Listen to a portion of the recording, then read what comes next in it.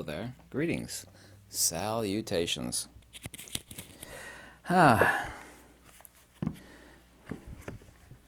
Let's talk about something that confuses countless people on the soul. I don't want to make a whole lot of references to original Buddhism because it's not important, and the term Buddhism didn't even exist until the 1600s. Yes, I've had literally hundreds of people over the past 20 years say, these are their words, not mine. Okay, I was completely disgusted at how it represents itself as a soul-denying nihilism, like the ultimate attainment is like cosmic flushing of yourself down the toilet of oblivion. The question is, and these people, they don't ask these questions. It's like, who works for whose own good? The only thing that they'll admit to is the psychophysical, Rupa Vedana Sama Sankara Vinyana, forms, feelings, impulses, consciousness, perceptions, nibbana. But what does nibbana mean? I've talked about that endlessly. Bhavanirodha Nibbanam. The subjugation of becoming means nirvana. Nirvana, depending on how you actually approach the term, it's either nivritti or nisbandhu. Nisbandhu means from bondage. Well, okay, what's freed from bondage? The question is, who works for whose own good? That's the only thing you do to ask these people that. The soul-denying nihilists. It's like, subject precedes object of negation. Nobody can actually deny a soul because it's a logical fallacy. It's intellectual heresy, actually, is what it is, more apropos. Who works for whose own good? They talk about having a soul as if I myself or anybody else, logically and intelligently speaking about the subject, talks about something having a soul. Having a soul implies one thing has another, and that's not the case. We can conventionally say that a radio has a signal, but there's no signal in the radio. Yes? To say that there's no soul in the body is not a denial of the soul.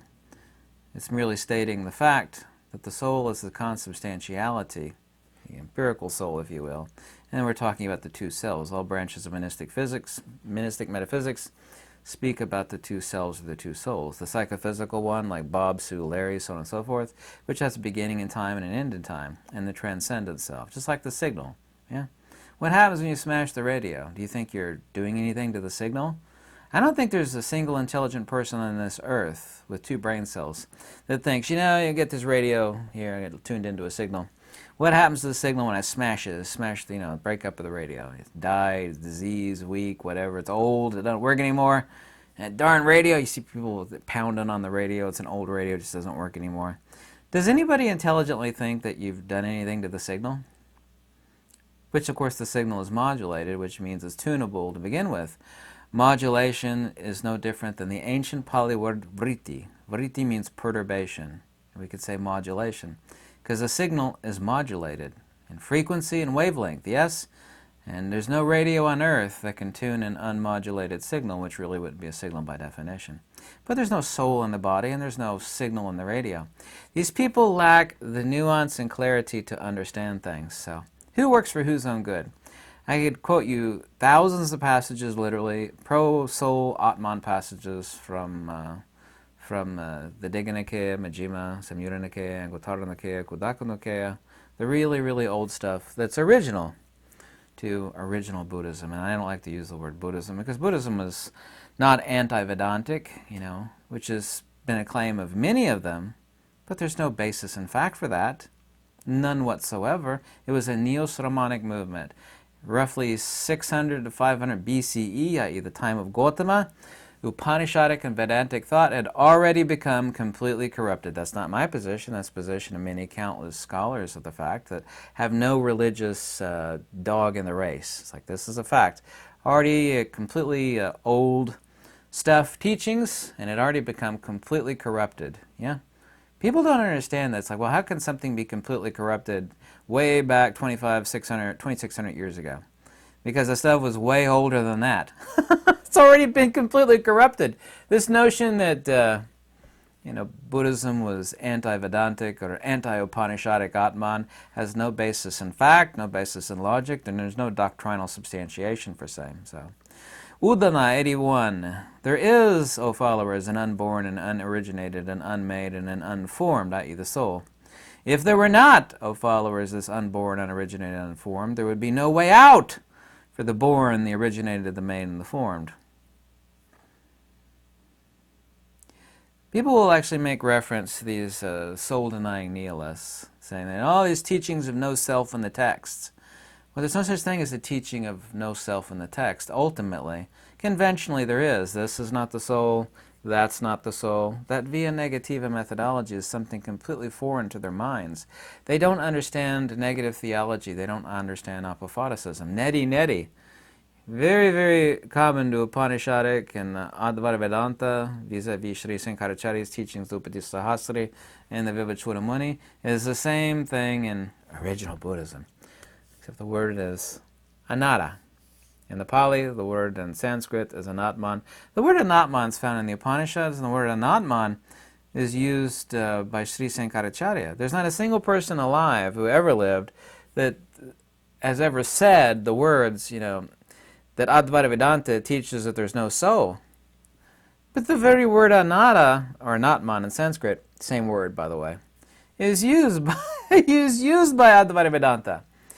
What makes them think that Buddhism contextually uses this term in any different way? Because there's no doctrinal substantiation for it. I'm literally the world's foremost expert on that topic. I know all 576 occurrences. The term anatta is never used in a pejorative fashion against the soul. It is used in a pejorative fashion in reference to the foul, the evil, the temporal. Mara, it's called Maradama, the principle of Mara, or of evil. Attachment to materialism. Form is not the soul. Feelings are not the soul. It's common via negativa. If there were no soul in doctrine, it would say, followers, there's no soul. No, we don't care. What's this? Not the soul. That's not the soul. We don't care about that. There's just no soul. Period. There's no such passage.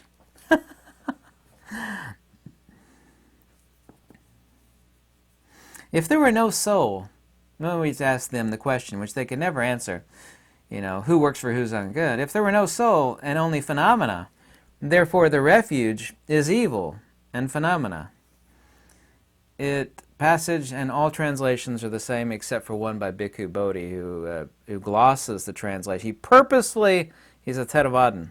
He purposefully mistranslates it. He translates Maradama as subject to Mara. Mara means great evil.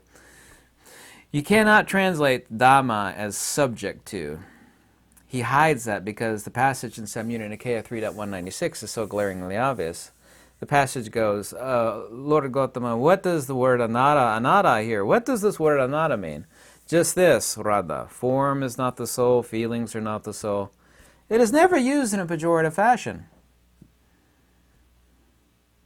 The soul, nowhere in doctrine, in any translation, I mind you, is ever used in a pejorative fashion. The soul is never disparaged or pooed, poo-pooed the soul, no, that's soul stuff. It's not. False or heretical views on the soul are, and the Pali passage word for that is called atta nuditi.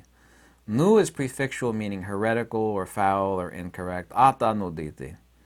Deities, views or speculations, crazy speculations and nonsense about the soul.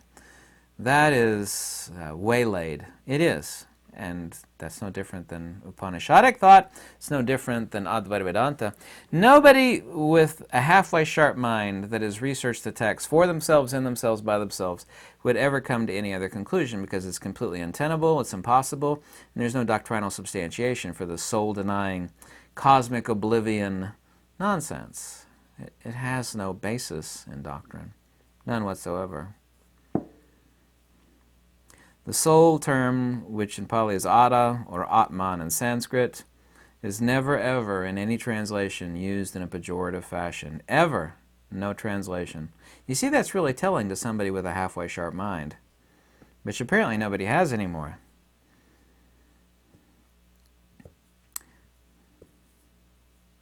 It's a radical fallacy that original Buddhism is somehow unique or apart from Upanishadic metaphysics, has no basis in fact whatsoever, and none whatsoever in doctrine. Like I said, Buddhism as a term didn't even exist until the 1600s. When asked what his teachings were, from Unit Nikaya 5.4, he said, my teachings were Brahmayana, which translates as path to the absolute, Brahmayana. So, what is currently called Buddhism, the founder of same, Gautama, he called it Brahmayana, so it should accurately be called Brahmayana, path to the absolute. Yeah.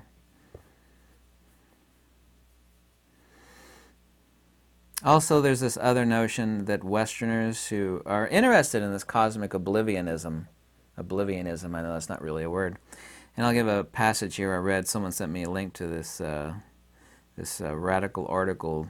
It's talking about people talking about relative to the soul, an Abrahamic hang-up, as if the soul is somehow Judeo-Christian or Abrahamic, and that's completely not true. There's a definitive book on that, and it's a free download, at least it used to be. It's this book. It's called Resurrection or Immortality. It's the definitive work with nothing but book and citation to the Old New Testament and other Judeo-Christian sources. There's no mention anywhere within the Old or New Testament, I'm not going after the Old or New Testament, of an immortal soul. None. Not a single mention of a permanent immortal soul anywhere within the Old or New Testament. And there are, I believe, there's 12. I could be wrong, and there could be 10. This book you could download. It gives you the book and verse. Where a soul is destroyed, like an evil soul is destroyed by God, but, destroyed, wiped out, period. That's a fact. So these people, they'll say, well, you're talking about a soul in original Buddhism. Well, that's just like Abrahamic, stuff. It's like, excuse me, sir. Let's stick to facts, logic, reason, and what is doctrinally substantiable. Can be doctrinally substantiated. There is no immortal soul within the Old or New Testament. That's not my feeling or belief. It's a fact. So here's the paraphrasable core of the original. This passage repeats itself many times. Majjhima Nikaya 1.436. Whatever forms, feelings, perceptions, experiences, or consciousness, i.e. the psychophysical, rupa, vedana, sana, sankhara, vijnana, i.e. the five aggregates, i.e. the psychophysical, i.e. nama rupa. These he sees to be without permanence, as suffering, as ill, a plague, a boil, a sting, a pain, an affliction, as foreign, as other, as empty, shunyata, as selfless, anattata. Because that's the only way this word is ever used, anatta. This is not the soul, that's not the soul. Is that pejorative? I ask you a question. Be an intelligent person for once in your life and answer me this question. Is that a pejorative of the soul? This is not the soul. That's not the soul. All these things are foul and they are not the soul. That's the only stuff that's ever mentioned in doctrine. This is not the soul, that's not it. This stuff is foul, evil, otherness, not the soul. Is that a pejorative of the soul? Of course it's not.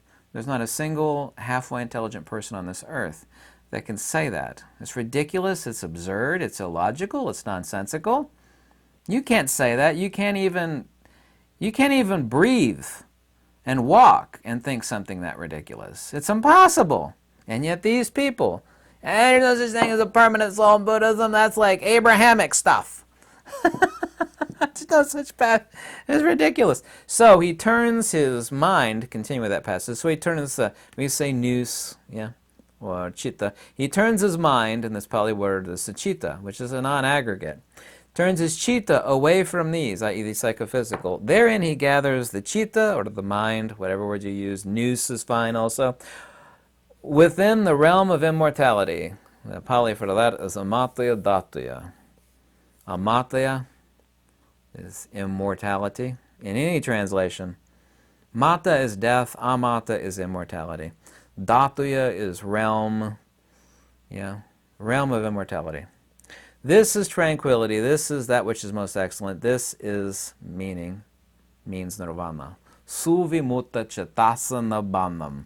The thoroughly liberated chitta or nous or mind or spiritus sanctum, don't care what word you use, means nirvana. Suvimutta chitasana bandham. I've been translating ancient Pali now for 23 plus years. I tell you right now, all these people, they do is they throw spit wads in the dark. And they tell all these people, and I don't really care what they say, but all these people that are interested, and this is the same stuff you find on Wikipedia, Completely ludicrous, non-doctrinal, no substantiation, no facts, no logic, nothing. They keep saying, yeah, Buddhism is just... They make it out, and this is why people that have a half a mind are disgusted by it, because it's presented, this is Buddhism, it's a soul-denying nihilism. It's like, you know, the ultimate attainment is just like flushing yourself down a cosmic toilet of oblivion. Turn the... There is no soul! Well, who works for whose own good? Yeah, if there were no soul, then there would be no reason to do anything. Well, you just do whatever. Well, who cares, you know?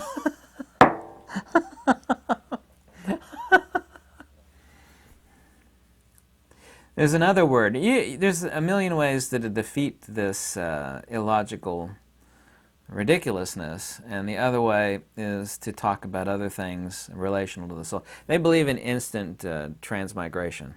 Reincarnation is an incorrect word, by the way, transmigration. And the word that completely ruins or wrecks their day is antarabhava, which means in-between existence. In other words, after this life has petered out, you know, before transmigration occurs. They don't believe like in intermediate. This intermediate in Pali is called antarabhava, you know, disembodied being. They literally believe in instantaneous. It's not my position, this is theirs. Instantaneous transmigration. Immediately, as soon as somebody kicks the bucket here, they're transmigrated here. Instantaneous, because if there's an in-between, then you must posit a soul. And we can't have that if you're a nihilist. If you're a nihilist Buddhist. And by Buddhist, I mean a nihilist, not an actual Buddhist. You can't have something in between. The croaking of this one and the birth of this one. It has to be instant. In their words, they say, and this is not non-doctrinal, it's in their own commentary, which is not original Buddhism at all. It's like one candle lighting another. These are their words. One, like you took one candle and you lit another one. Instantaneous. But that's not what doctrine actually says. It says antarabhava, which means in between existence, a disembodied being. And man, oh man, they don't like that. Because when you talk about a disembodied being, you know, like the body is croaked here and the spirit hasn't picked up another body over here, well, that means a soul. Whatever word you use, spirit, soul, don't care. Can't have that. They don't like the fact that that's in doctrine. No, they don't like that at all. I know, and you can say I'm saying this egotistically, I know all the dirty little stuff that they don't want you to know. Every little passage, every one of them, all 576 occurrences of the term anatta and all its 32 compounds. The soul is never used or mentioned in a pejorative fashion anywhere in doctrine. Heretical views about the soul, regarding the soul, you know, that, which of course Upanishads teach the same thing. Don't have crazy views about the soul. That's not helpful to liberation and wisdom. No different. To think that Buddhism is somehow, well, that's that Hinduism stuff. Hindu is referred to a people, not a religion, by the way. Is ridiculous. Like Buddhism is some sort of autonomous thing, you know, that spawned up. It's like, it's a wholly new teachings. You know, it's completely removed from Upanishadic, and it is in no way, shape, and form. It is nothing other than a neo-Brahmanic movement and condensation of Upanishadic thought. Just as Plotinus is not something different than the teachings of Plato and Pythagoras. I mean, that would be ludicrous if someone were to stupidly say that, right? Well, Plotinus was different. He didn't agree with that Plato and Pythagorean stuff. Neoplatonism was nothing other than a condensation of Pythagorean and Platonic thought. No different. Nothing is known except through the modality of the knower. Same thing. This is ridiculous to think that Plotinus is totally removed from Pythagoras and Platonic thought and metaphysics, as it is to think that Buddhism, here's Buddhism over here and here's all that other Hinduist, Upanishadic and Vedic thought over here. Ridiculous. Illogical, unwise, non-doctrinal, no substantiation, none whatsoever. Every expert Sanskrit metaphysician, be it Dr. A.K. Kumaraswamy, Sarvapati Radhakrishnan, countless others, said the same thing. And of course they were all right. We're talking about people that have translated many countless tens of thousands of pages from the principal Upanishads, the Vedas, and whatnot. They all say the same things. The majority of the people that espouse this stuff are Westerners, and it's a type of spiritual nihilism. There's other words I'd like to use, but I'm not going to use them. It's who works for whose own good? I mean, that's the easiest way to. It's like, I can quote you 1,000 passages of which you never pay attention to, but who works for whose own good? If there were no soul, then liberation is not possible. Liberation of what, by what, and due to what? If there's only the psychophysical, they'll say, well, it's true. The psychophysical is Mara. It's called Mara Dhamma. Samyutta Nikaya 3.195. Yeah. So what is it that is freed from the psychophysical? Well, they say, well, there's nirvana. Well, nirvana, what? Nirvana, suvimutta chitasanabandham. Nirvana means the thoroughly liberated citta. Citta is just a Pali word for the word nous, or spiritus sancta. Same thing. Yoga chitta vritti nirodha, same thing in Sanskrit. The culmination of yoga is chitta vritti nirodha, chitta perturbation, the subjugation of chitta perturbations, i.e. modulation. So I hope I made this simple. The soul-denying nihilism has no place in original doctrine. It's illogical, it's untenable. Great word, untenable. Untenable. I hope this was mildly entertaining. It might not have been. Thank you so much for watching. Lux e Veritas.